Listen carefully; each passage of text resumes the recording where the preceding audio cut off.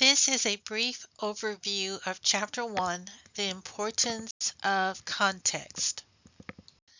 This diagram is an overview of the phases of the data analysis process. We, in this course, are focusing on the fourth phase, which is to visualize the data, beginning with the subphase context. The student learning outcomes for this lesson are to distinguish between exploratory data analysis and explanatory data analysis, and to identify the who, what, and how of your visualization, and to also create a 3-minute story. Exploratory versus explanatory data analysis. With exploratory data analysis, we are trying to learn the clean data. Recall, the initial data is in its raw form. That raw data is cleaned, and then we perform exploratory data analysis on the clean data, which is simply trying to understand the data and figure out what might be important or interesting to our audience. Explanatory data analysis transforms the data into information.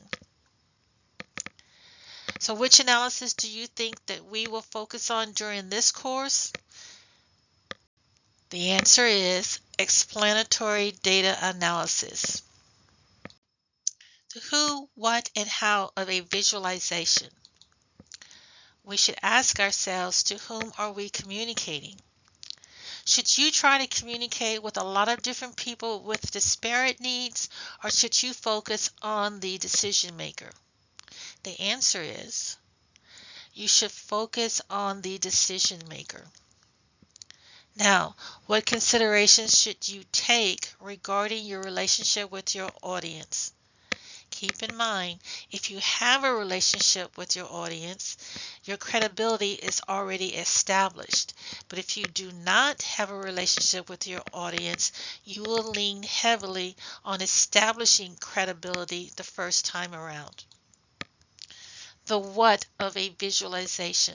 What do you want your audience to know or to do? Recall, we are focusing on the decision maker.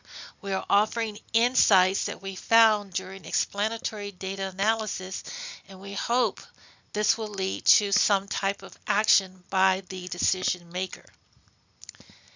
Ask yourself, is the assumption that your audience knows better than you, the presenter, is that true or false? The answer is false, because you are the one who did the analysis. You are the one who did the explanatory data analysis on the clean data and found some interesting insights to share. These are action verbs that your author offered in Chapter 1 to help you to describe action. Now, presenting live or written. Preferably live. Why? Because you can control the presentation. With a document, you do not control the presentation. Your audience reads through the document at their pace. But with a presentation, you can pause, you can ask questions, you can engage essentially, and you can present the information in bits and pieces, not all at once. Keep in mind the method, live or written, and your tone. Yes, you can convey tone in a written document. The how of a visualization. How can you use data to help make your point? Data is the evidence of your story. We will learn in this course how to use different visuals dependent on the type of data that we are using. Are we looking at exploratory or explanatory data on our visuals?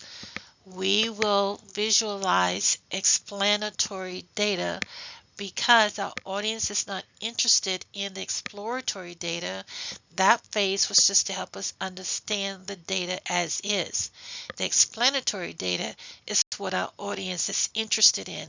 They're interested in the insights that we have discovered by explanatory data analysis. Your 3-minute story, the big idea. It reduces the so what to a single sentence. So what? You don't want to present your analysis and your audience response with so what? No, you want to keep that in mind so that you are answering the so what during your presentation. So the so what, the big idea, is just one sentence. It must articulate your unique point of view. It must convey what's at stake, and of course, it must be a complete sentence. Proper grammar is very important. Storyboarding. It's a strategy for planning your content. It establishes the structure for your communication. Think of it as similar to an outline in a Word document. Storyboarding is a visual outline of your visuals. It leads with the big idea. So we start with the big idea, which answers the so what before it can be asked, and then we move into storyboarding. Why does your author recommend storyboarding without a computer? The popular answer is you do not want to be restricted by technology. You want to be creative. In summary, this short overview of Chapter 1 introduced you to exploratory data analysis and explanatory data analysis, emphasized the who, what, and how of a visualization, and introduced you to the 3-minute story.